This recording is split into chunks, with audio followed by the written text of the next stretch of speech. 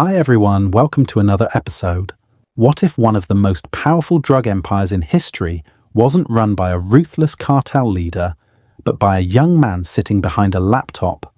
No guns, no violence, no mafia networks, just a computer, an internet connection, and an idea that changed the digital world forever.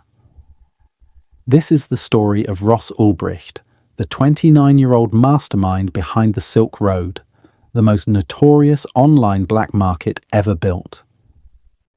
Ross Ulbricht wasn't born a criminal. He grew up in Austin, Texas, a bright, polite kid with a love for science and an endless curiosity about how the world worked. Friends described him as intelligent and idealistic, someone who believed deeply in freedom, not just political freedom, but personal freedom. He studied physics at the University of Texas, later pursuing a master's in engineering. But somewhere along the way, his interest shifted from science to philosophy, particularly libertarianism, the belief that government should have minimal control over people's lives. It was that belief that would eventually lead him down a path that blurred the line between genius and crime.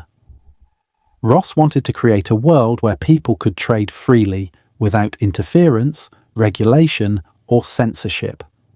To him, true freedom meant being able to buy or sell anything, as long as both parties agreed.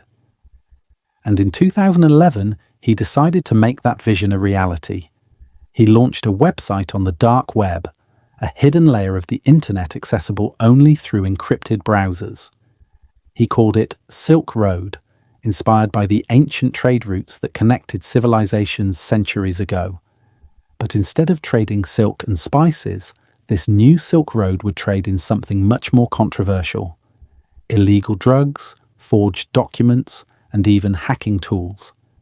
Payments were made exclusively in Bitcoin, a digital currency still new to the world at the time, which allowed users to remain anonymous. What started as a small experiment quickly exploded into a global phenomenon. Silk Road became a marketplace unlike anything ever seen before. Users could browse listings, read reviews, rate sellers, and complete transactions securely. It was essentially the Amazon of the dark web, sleek, organized, and shockingly efficient.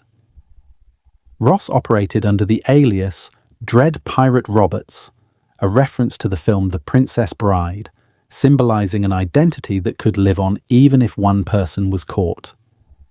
At its height, Silk Road hosted over 100,000 buyers and thousands of vendors.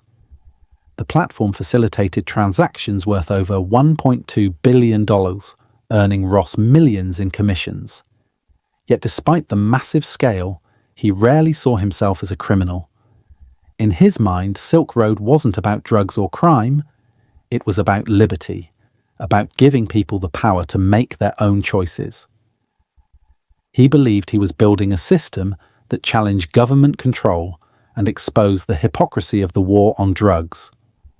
But the US government saw something very different: an online, empire-fueling illegal trade and undermining law enforcement.